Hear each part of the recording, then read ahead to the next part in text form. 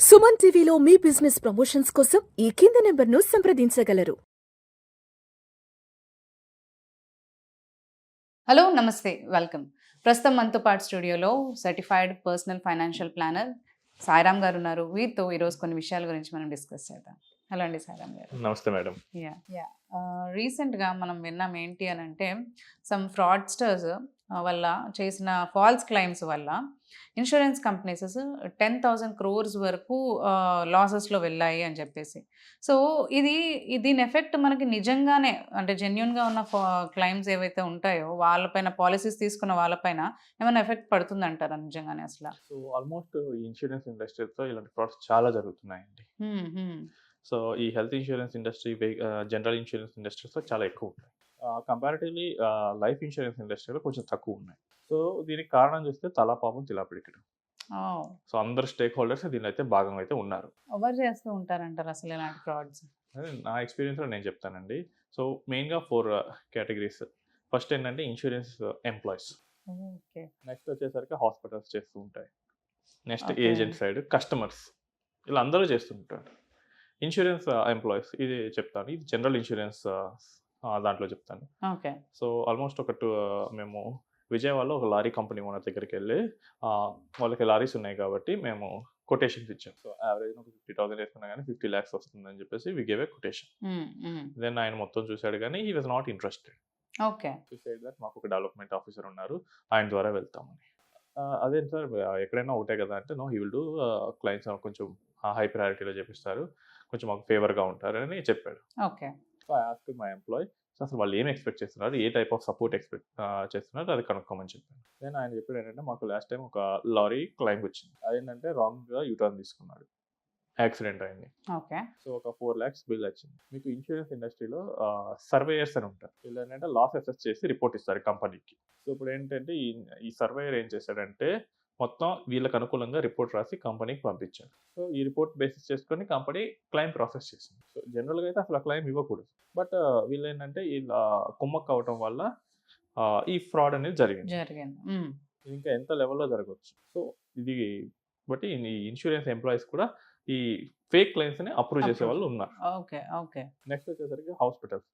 నేను రీసెంట్లీ లింక్డ్ఇన్లో ఒక ఆర్టికల్ చదివాను. సో హైదరాబాద్లోని ఒక hospital 26 lakhs rupees fake claims అనేది సబ్మిట్ చేసింది.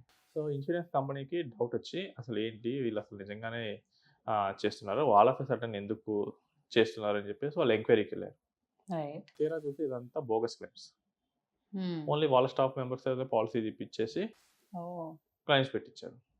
మీకు ఓకే, నార్మల్గా హెల్తీ పర్సన్ అయితే కనుక 10,000 రూపీస్లో పాలసీ వచ్చేస్తుంది. సో జస్ట్ 3 times కట్టినా కానీ 30,000, క్లైమ్ పెట్టింది 26 lakhs. ఎంక్వైరీలోకి వెళ్ళినప్పుడు ఇలాంటి నిజాలనే తెలుస్తాయి.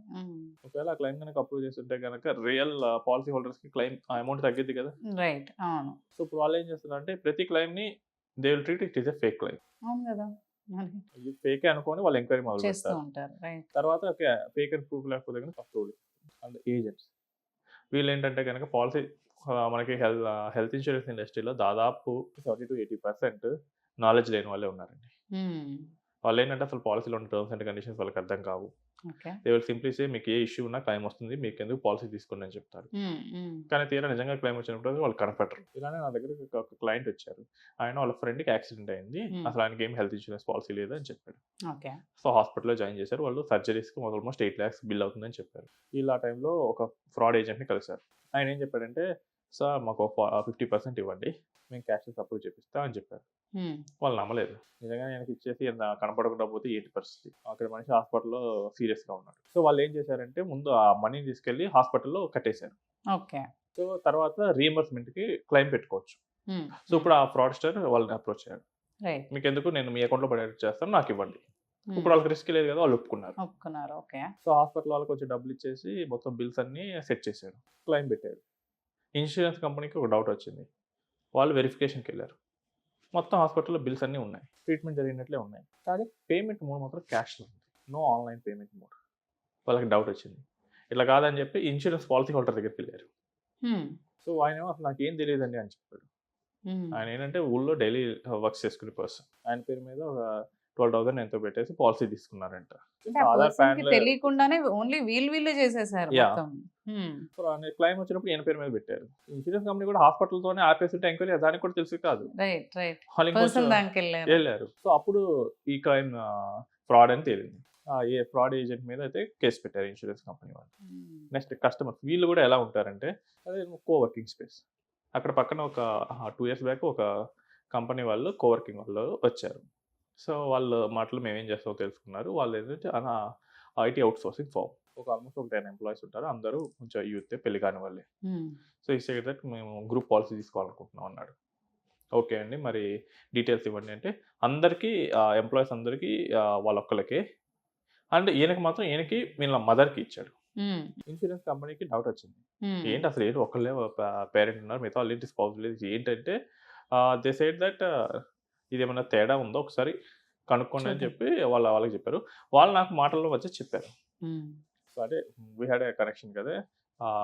ఆర్ఎమ్స్‌తో ఇలా మాట్లాడినప్పుడు ఉన్నారు. అసలేంటి డిగ్ చేయాలనుకుంటున్నారని చెప్పారు. హ్మ్. హ్మ్. పాలసీ ఇచ్చే ముందు కూడా ఒకసారి డిగ్ చేస్తారు కొన్నిసార్లు. ఓకే. హ్మ్. సో, నేను కూడా అసలు ఉత్సుకతతో నేను వెళ్లి అడిగాను. హ్మ్. హ్మ్. అసలేంటండి ఇది ఇట్లా అడుగుతున్నారంటే, ఆయన థాట్ ఏంటంటే వాళ్ళ మదర్‌కి నీ రీప్లేస్‌మెంట్ సర్జరీ చేయించాలి. ఓకే. కాస్ట్ 5,00,000 అవుతది. మనకి బిల్ వచ్చేసరికి ఇన్స్యూరెన్స్ గ్రూప్ పాలిసీలు ఏంటంటే డే 1 నుంచి కవరేజ్ ఉండే ఆప్షన్ ఉంటుంది. ఇది తీసుకొని వెంటనే క్లెయిమ్ చేద్దాం అనే ఆలోచనతో ఉన్నారు. హుహు. అండ్ సరే మరి నెక్స్ట్ ఇయర్ ఏమన్నా రెన్యూ చేస్తారా? లేకపోతే ఒకేసారి మల్టీ ఇయర్ పాలిసీస్ ఇట్లా ఇలా అంటారు. అదేం లేదు ఒకసారి క్లెయిమ్ అయిపోయిన తర్వాత నేను కట్టను. సో, ఇలాంటి మెలీషియస్ థాట్‌తో ఉన్నారు. నాకు అర్థమైంది సార్ ఇక కంపెనీ మీకు పాలిసీ ఇవ్వదండి. అది మినిమమ్ 100 లైఫ్స్ ఉండాలి. పేరెంట్స్ ఇంక్లూడ్ అవ్వాలంటే అని హుహు. చెప్పాను. ఈవెన్ అప్పటికి కూడా he wants to explore the options. 100 మెంబర్స్‌ని యాడ్ చేస్తే ఎంత అవుద్ది ప్రీమియం? హ్మ్. అదేమన్నా ఆయనకి బిల్ కన్నా ఎక్కువ వద్దా? Right. Then I stopped it. ఇక ఫర్దర్ డిస్కషన్ నేను తీసుకెళ్ళలేదు. ఎందుకంటే అది మెలీషియస్ ఇంటెన్షన్. ఒకవేళ ఎవరైనా దొరికితే గనక company may blacklist person who sourced the business also. So, ఇలాంటి థాట్స్ కూడా ఉంటాయి.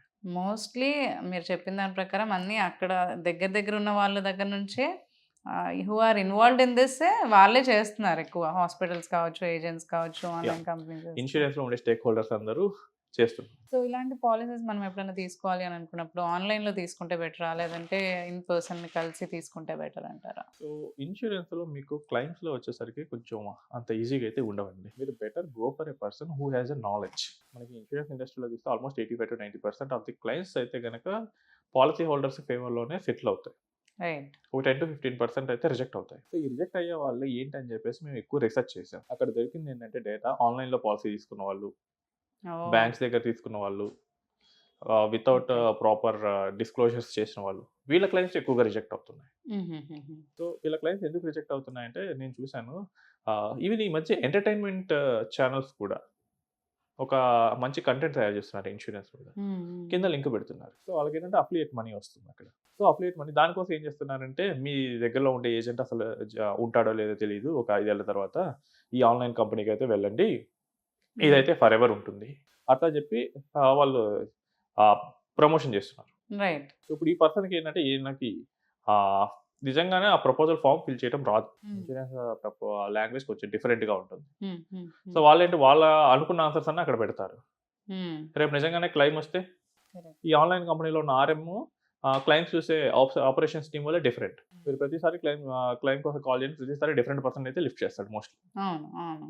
సో, దీన్నేంటంటే కన్వీనియంట్‌గా వాళ్ళు హైడ్ చేస్తారు. ఇట్స్ బికాజ్ హెల్త్ ఇన్స్యూరెన్స్ మీద అవేర్‌నెస్ చేసి వదిలేస్తే గనక మోస్ట్‌లీ ఏంటంటే తెలిసిన వాళ్ళ దగ్గర కొంటారు. రైట్. కరెక్టే. అవును. తెలిసిన వాళ్ళకన్నా నాలెడ్జ్ ఉన్న వాళ్ళ దగ్గరైతే కొనండి.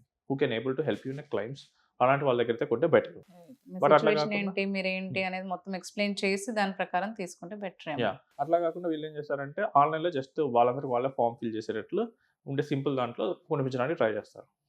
హ్మ్. రేపు నిజంగానే క్లెయిమ్ వస్తే నువ్వు అది డిక్లేర్ చేయలేదు అంటారు. సో, అసలు మీకు నిజంగానే క్లెయిమ్స్ ఎలా జరుగుతాయో చెప్తానండి. సో, ఒక హాస్పిటల్‌లో ఒక పేషెంట్ వెళ్ళాడు. హ్మ్. హ్మ్. వెంటనే వాళ్ళు ప్రీ ఆథ్ ఫార్మ్ అనేది ఒకటిస్తారు. Pre okay. Authorization form. Hmm. అది ఇన్స్యూరెన్స్ కంపెనీకి ఫిల్ చేసి సబ్మిట్ చేస్తారు. రైట్. ఇన్స్యూరెన్స్ కంపెనీ కూడా డాక్టర్లే ఉంటారు. ఓకే. వాళ్ళు కూడా ఆ ప్రీ ఆథ్ ఫార్మ్‌ని వెరిఫై చేస్తారు. హ్మ్. ఇందులో ఏ ఇష్యూతో జాయిన్ అయ్యాడు. అవన్నీ చూసి if they are satisfied they will approve it. ఆ తర్వాత ట్రీట్మెంట్ మొదలవుతది. అండ్ ఈ ప్రీ ఆథ్ ఫార్మే ఫైనల్ అప్రూవల్ కాదు. హ్మ్. హ్మ్. ఫైనల్ అప్రూవల్ అనేది మొత్తం ఈ హాస్పిటల్‌లో జరిగిన ట్రీట్మెంట్ వీటన్నిటి మీద బట్టి బేస్ అయ్యి ఉంటుంది. ఉంటుంది. సో, నా దగ్గర ఒక కస్టమర్ ఇలానే 2020లో ఆల్మోస్ట్ పాలసీ తీసుకున్నాడు. హ్మ్. లాస్ట్ 5 ఇయర్స్ నుంచి ఆయనే మొత్తం ఆన్‌లైన్‌లో రెన్యూ చేసుకుంటా ఉన్నాడు. ఓకే. సో, ఈ మంత్ స్టార్టింగ్‌లో క్లెయిమ్ పెట్టాడు 3న. నాకు చెప్పలేదు. ఈ థాట్ చాలామంది ఇన్‌ఫ్లుయెన్సర్స్ వీడియో చూస్తే ఏముంటది మీరు కార్డ్ ఇచ్చేస్తే సరిపోతుంది అన్న థాట్‌లోనే ఉన్నాడు. హ్మ్. హ్మ్. అక్కడ కార్డ్ ఇచ్చాడు మొత్తం ఉంది. దెన్ ఈ హాస్పిటల్ ఇన్స్యూరెన్స్ కంపెనీకి ప్రీ ఆథ్ పెట్టిన తర్వాత వాళ్ళకి ఒక డౌట్ వచ్చింది. హ్మ్. సో, ఈ పెట్టిన ఇష్యూ నాకైతే ప్రపోజల్ డిస్క్లోజర్‌లో అయితే లేదు. ఓకే. ఫస్ట్ టైమ్ ఎప్పుడు డయాగ్నైజ్ అయింది ఈ ఇష్యూ. నాకు ట్రీట్మెంట్ చేసిన డాక్టర్ ఎవరు లేదా ఐడెంటిఫై చేసిన డాక్టర్ ఎవరు, హ్మ్. వాళ్ళ కన్సల్టేషన్ రిపోర్ట్ తీసుకొని రండి. హ్మ్. అది పెట్టారు. హ్మ్. సో, అదేంటంటే ఈ మెయిల్ కస్టమర్‌కి వెళ్ళదు. హాస్పిటల్‌కి వెళ్తది. సో, కస్టమర్‌కి ఏం తెలీదు.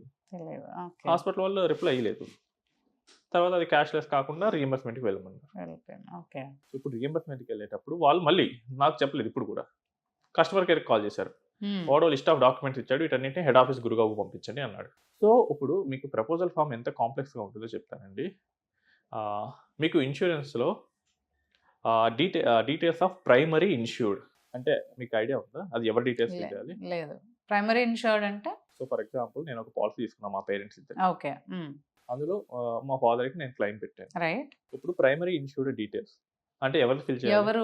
మనం ఎవరైతే ఇన్సూరెన్స్ క్లెయిమ్ చేయడానికి పెడుతున్నాం వాళ్ళు. ఇట్స్ కంప్లీట్‌లీ రాంగ్ అండి. కాదు. It is the one who pays the amount. That's what I'm saying అండి. హూ పేస్ ద అమౌంట్ అంటే ఈ పాలిసీ తీసుకోవడానికి ఎవరు అమౌంట్ పే చేశారు? ఇప్పుడు పాలిసీ నా హోల్డర్. పేరెంట్స్ కి నేను తీసుకుంటున్నానైతే నాది రాయాలి. అంతే కదా? Yeah! Right. Then you will be the primary insured. Primary insured. Okay. అలా కాకుండా వాళ్ళు ఏం చేశారంటే క్లెయిమ్ ఎవరి పేరు మీద పెడుతున్నారో వాళ్ళ డీటెయిల్స్ వాళ్ళ అన్ని నేమ్స్ రాసిచ్చారు. రాసారు. Okay. Hmm. Hmm. Straight away it is rejected. Okay. Okay. అదేందుకంటే ఈ పీరియడ్ మాకు పాలిసీ లేదన్నారు వాళ్ళు. వాళ్ళ దగ్గర ఉండే డేటా ఇది మ్యాచ్ అవ్వట్లేదు. సో, హెల్త్ ఇన్స్యూరెన్స్ అయితే అంత ఈజీగా అయితే ఉండదండి. చాలా టెర్మినాలజీస్ అనేది ఉంటాయి. ఈవెన్ ఆ రిపోర్ట్‌ని కూడా మేము మా ఏఐ సిస్టమ్‌తో అనలైజ్ చేసాం. So, we have an AI system which will analyse all the insurance documents and company వాళ్ళ ప్రపోజల్ ఫార్మ్, నెక్స్ట్ వాళ్ళ పాలిసీ టర్మ్స్ అండ్ కండిషన్స్ అన్ని మ్యాచ్ చేసి నిజంగా క్లెయిమ్ వస్తదా రాదా హ్మ్. మోస్ట్లీ చెప్తది. Because we are not a doctors. Terminology డిఫరెంట్‌గా ఉంటుంది కాబట్టి మా ఏఐ Correct. సిస్టమ్‌కి ఇస్తాం. కరెక్ట్. So, correct. అక్కడ కూడా మాకు తెలిసింది ఏంటంటే మోస్ట్లీ ఆ పాలిసీ రాదు. బికాస్ వాళ్ళు చెప్పిన మ్యాటర్ ఏంటంటే వాళ్ళ క్లెయిమ్ అప్పుడు ఏంటంటే వాళ్ళ ఫాదర్ కళ్ళు తిరిగి పడిపోయాడు. హుహు. హాస్పిటల్‌కి తీసుకెళ్లారు. Patient was not in a position to walk everything. So, okay. కొంచెం సీరియస్ అనుకోని తీసుకెళ్లారు. బట్ వాళ్ళు డిశ్చార్జ్ సర్టిఫికేట్ ఎలా రాసారంటే పేషెంట్ మా దగ్గరికి వచ్చి ఈ ఇష్యూస్‌తో వచ్చారు. అక్కడ nowhere oh! It is mentioned he is unconscious. Oh! నార్మల్‌గా వచ్చినట్లు రాశారు. ఓకే. ఓకే. అప్పుడు ఏంటంటే కంపెనీ ఏమనుకుంటుంది నువ్వు నార్మల్‌గా వచ్చి ఈ టెస్ట్‌లన్నీ ఎందుకు చేయించుకున్నావు? సో, సీరియస్‌నెస్ అక్కడ మిస్ అయింది. ఇదంతా ఏంటంటే ముందే చెప్తే we will verify it. Right. Right. Correct. Yeah! Yeah! Thank you అండి. Thank you so thank much. You madam.